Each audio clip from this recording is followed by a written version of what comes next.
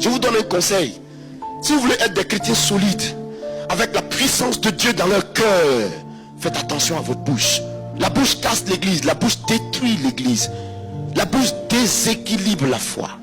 Il dit sois lent à parler, sois lent à la colère. Pourquoi la Bible dit d'être lent à la colère? En effet, la colère est l'un des moyens les plus rapides que Satan utilise pour intégrer la vie des croyants. Si vous étudiez l'organisation de Satan, les démons, leurs manifestations, leurs œuvres, leur façon d'agir, leur façon de faire, vous découvrirez que la colère est une clé qui ouvre la porte aux démons. Oui, c'est pour ça que Dieu n'aime pas que les enfants de Dieu se mettent en colère. Prends le cas d'une femme qui a été plusieurs fois fatiguée par un esprit, l'esprit de mari de nuit. On chasse le mari de nuit, il n'emploiera pas un autre moyen que le moyen de la colère pour vouloir revenir en elle. Oui, je vous apprends ça. Je vous apprends que Dieu n'aime pas qu'on se fâche, parce que la colère est une clé qui ouvre les portes et qui permet aux démons de pénétrer en nous. Voici pourquoi la Bible est stricte et qu'elle nous enseigne que si tu es en colère contre ton frère, que le soleil ne se couche pas sur ta colère. C'est-à-dire, ne conserve pas ta colère pendant longtemps. La Bible dit, si cela ne dépend que de vous, soyez en paix avec tous. Rien ne t'empêche d'appeler ton frère pour lui dire, je ne suis pas content de ce que tu as fait. Je préfère. Mais quand le chrétien conserve ces choses et il boude après, il détruit sa communion avec Dieu, il détruit sa relation avec Dieu, il détruit la grâce qui est posée sur lui. Il se rend inefficace. Il y a une femme qui était à l'église chaque jour, c'est d'elle qu'on doit chasser le démon. À chaque culte, elle est partie. J'ai remarqué au moins 7 fois, je l'ai appelée. J'ai dit, ma fille, qu'est-ce qui se passe?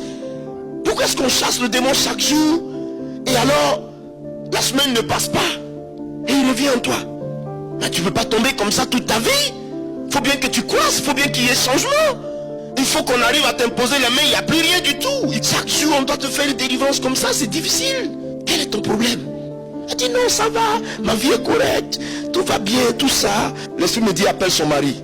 Donc j'ai appelé le mari. Quand il est venu, je lui ai dit, est-ce que tu es en paix avec ta femme? Il dit non, pasteur. Il dit pourquoi? Il dit, ah vraiment, si tu peux nous aider aujourd'hui, aide-nous. Parce que elle est tous les jours en colère contre moi.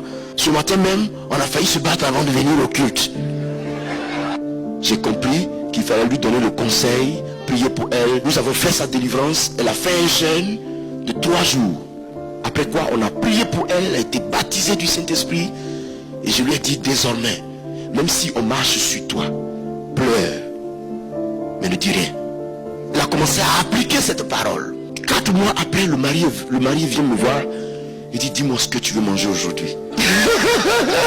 J'ai dit, mais qu'est-ce qui se passe? Il dit, c'est moi-même qui te pose la question parce que je suis tellement content.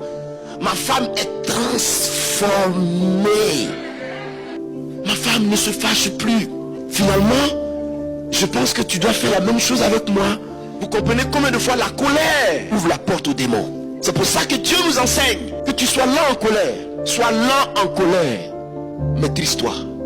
La solution à la colère, c'est la maîtrise de soi, la patience et la tempérance. Galates chapitre 5, le verset 22. Les fruits de l'esprit.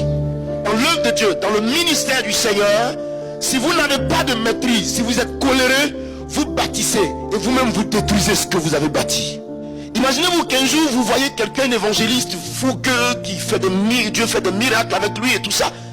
Et vous le retrouvez au marché de Villeurbanne. Le grand oin que vous avez vu, par lequel Dieu a opéré tant de miracles, est en train de se battre avec quelqu'un dans la rue. Parce qu'il est fâché. Vous comprenez que l'image de gloire que Dieu avait posée sur lui est ternie automatiquement. Qu'allez-vous penser de lui? Douterez de son évangile. Donc, vous par la colère, vous détruisez. Laisse Dieu te construire. Alléluia.